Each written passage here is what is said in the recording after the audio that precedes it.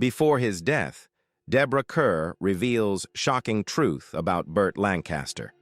Deborah Kerr was born Deborah Jane Trimmer on September 30th, 1921 in Helensburg, Scotland. Kerr carried with her a refined grace that was never artificial. It was a grace rooted in discipline, resilience, and a deep respect for her craft, qualities that would guide her through a remarkable career spanning more than 5 decades in film, theater, and television. Kerr's early life shaped her artistry profoundly. After her father, a British Army officer, died from wartime injuries, she was raised primarily by her mother, who encouraged structure and education.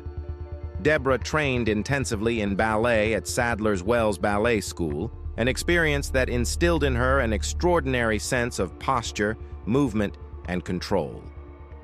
Although a leg injury ended her aspirations of becoming a professional dancer, the discipline of ballet became the foundation of her screen presence, every gesture measured, every movement purposeful. This physical refinement would later distinguish her performances, giving her a quiet authority and elegance that set her apart from her contemporaries. Her acting career began in British cinema during the early 1940s, but it was her transition to Hollywood that elevated her to international stardom. Unlike many actresses who were molded into narrow stereotypes, Kerr resisted confinement. She possessed a rare ability to combine dignity with vulnerability, intelligence with warmth, and restraint with emotional power. Audiences quickly recognized that beneath her poised exterior lay a performer capable of immense emotional complexity. Deborah Kerr became especially renowned for portraying strong, morally conflicted women, characters who faced emotional crossroads with courage rather than melodrama. One of her most iconic performances came in From Here to Eternity, 1953, where she played Karen Holmes, a military officer's wife trapped between duty and desire. The famous beach scene with Burt Lancaster became one of the most enduring images in film history, not because of its sensuality alone, but because Kerr infused the moment with emotional honesty and longing. It was a turning point in her career, proving she could transcend the prim and proper image often associated with her earlier roles.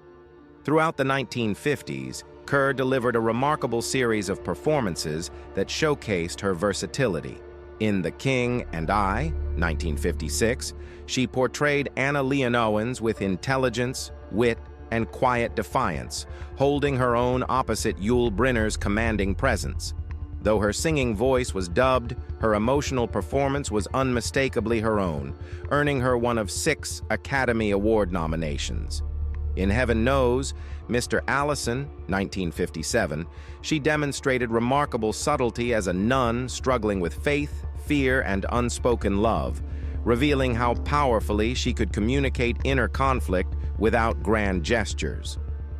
Perhaps one of Kerr's greatest strengths was her ability to portray women of conscience, characters whose strength came not from aggression, but from moral clarity and emotional integrity.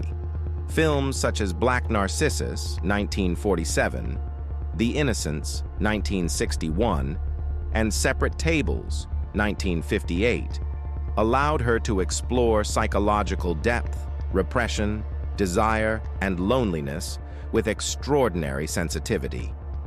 In The Innocents, her performance as a governess descending into ambiguity and terror remains one of the most haunting in cinematic history, proving her mastery of psychological drama. Despite being nominated 6 times for an Academy Award for Best Actress, Deborah Kerr never won competitively, an omission often cited as one of the Academy's greatest oversights.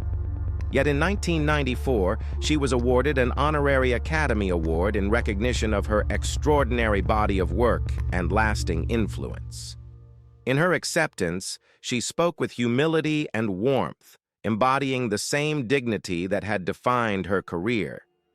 Deborah Kerr's personal life, much like her luminous screen career, unfolded with moments of romance, devotion, strain, and quiet resilience.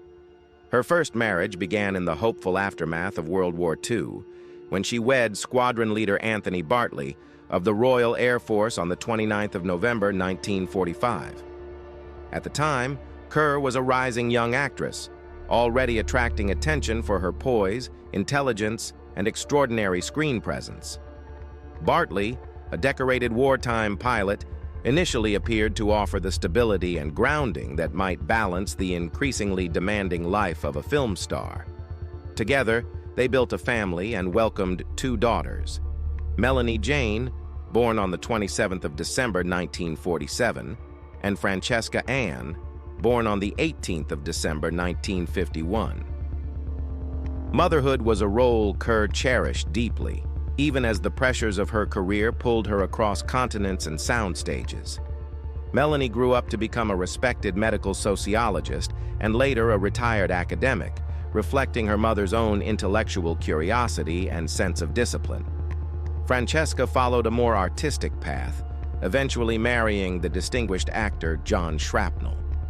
Through Francesca, Deborah Kerr became the proud grandmother of 3 grandsons, Lex Shrapnel and Tom Shrapnel, both of whom would go on to establish successful acting careers, and Joe Shrapnel, who made his mark as a writer.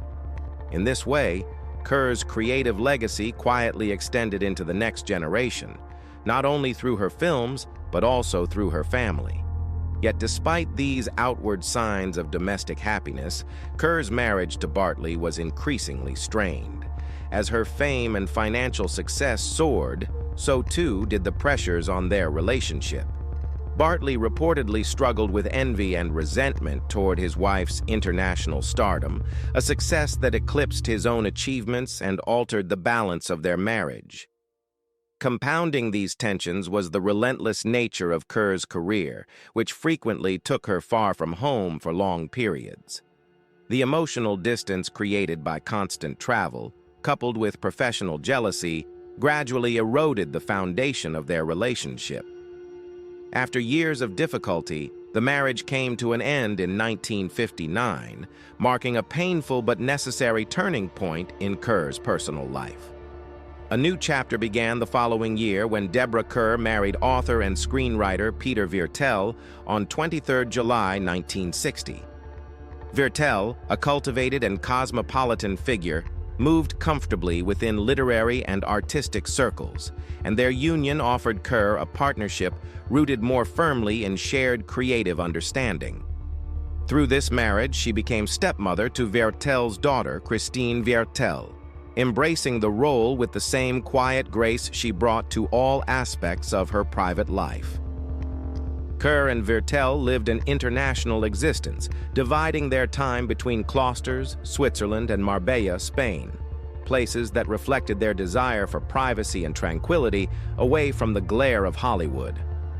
These years were marked by relative serenity, intellectual companionship, and a retreat from the relentless pace that had defined much of Kerr's earlier life. However, as she grew older and her health began to decline, Kerr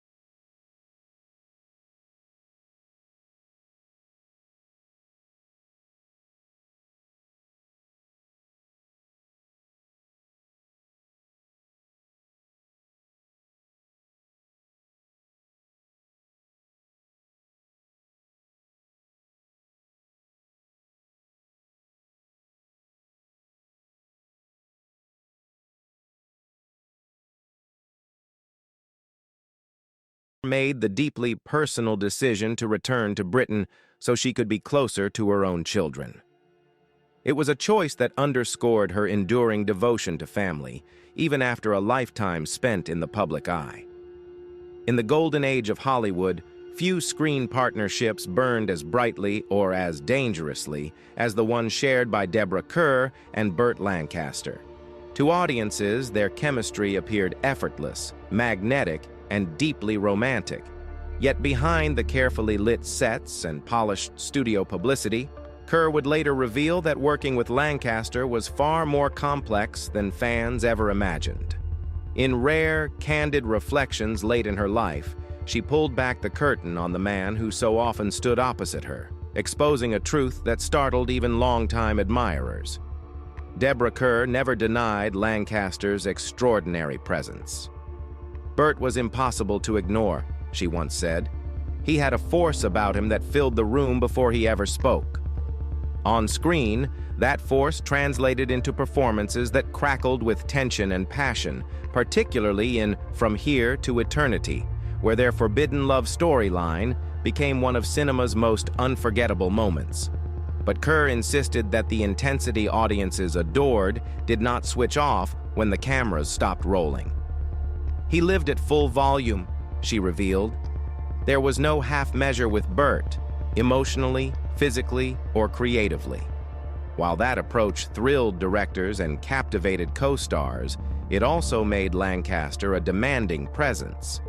Kerr admitted that she sometimes felt overwhelmed by his relentless energy, describing him as a man who pushed every boundary simply because he could. What shocked listeners most was her admission that Lancaster's confidence bordered on recklessness. "Burt believed rules were for other people," she said bluntly. "He didn't think he was being difficult, he thought he was being honest." That honesty, Kerr explained, could be brutal. Lancaster challenged directors, argued with producers, and questioned scripts openly, even when such behavior risked his career. To Kerr, this defiance was both admirable and unsettling.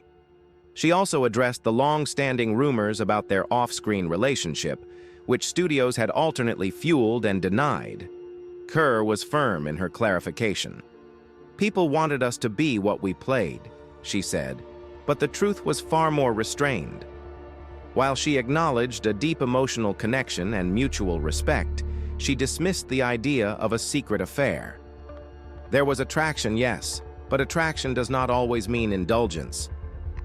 Perhaps the most startling revelation was Kerr's reflection on Lancaster's inner turmoil. To the public, he appeared fearless and invincible, yet Kerr saw something far more fragile beneath the bravado. "Burt carried anger with him," she confessed. "Not cruelty. Anger at limitation, at being told no, at the idea that life might not bend to his will." She believed this internal struggle fueled his greatest performances, but also exacted a heavy personal toll. Kerr spoke with particular poignancy about Lancaster's later years, when his physical strength began to fail him. "That was the cruelest irony," she said softly. "A man who trusted his body above all else had to watch it betray him." She suggested that this loss was harder for Lancaster than any professional setback, stripping him of the very identity that had defined him. Yet Kerr's revelations were not intended as condemnation. On the contrary, her final words about Lancaster were filled with admiration and sorrow. "He was not easy," she said, "but greatness rarely is." She credited him with raising her own standards as an actress, forcing her to meet his intensity rather than retreat from it. "Burt made you braver, whether you wanted to be or not." In the end, Deborah Kerr's shocking truth was not scandalous in the tabloid sense. It was human. Burt Lancaster, she revealed, was neither saint nor monster, but a fiercely driven man whose brilliance was inseparable from his flaws. "I would work with him again without hesitation," she concluded, "because even when he frightened you, he never bored you. And that, in our world, was everything." through Kerr's measured honesty, Lancaster emerges not as a myth, but as a man, complex, volatile, and unforgettable, forever etched into Hollywood history, just as he was etched into her memory. Deborah Kerr passed away at the age of 86 on the 16th of October 2007, marking the quiet close of a life that had been lived largely in the public eye, yet guarded with great personal dignity. Her death occurred at her home in Boatsdale, a peaceful village in the county of Suffolk, England, a setting that reflected the serenity and privacy she had increasingly sought in her later years. After decades spent on sound stages, film sets, and red carpets across Hollywood and Europe, Kerr chose to spend her final chapter far from the spotlight, surrounded by the calm of the English countryside she loved. The cause of her death was complications arising from Parkinson's disease, a progressive neurological condition that had gradually limited her physical abilities in the years before her passing. As with many individuals affected by Parkinson's, the illness advanced slowly, altering daily life and requiring increasing care, yet Kerr faced it with the same quiet strength and composure that had defined her screen persona and her personal life. Although she remained largely private about her condition, those close to her noted her resilience and determination to maintain grace and independence for as long as possible. In her final years, Kerr had largely withdrawn from public appearances, though she continued to be celebrated and revered by film historians, fellow actors, and admirers around the world. Her illness did not diminish the respect she commanded within the film community. Instead, it underscored the contrast between the luminous vitality she had brought to the screen and the vulnerability she faced with dignity in her later life. Even as Parkinson's took its toll, her legacy as one of cinema's most refined and emotionally nuanced actresses remained firmly intact.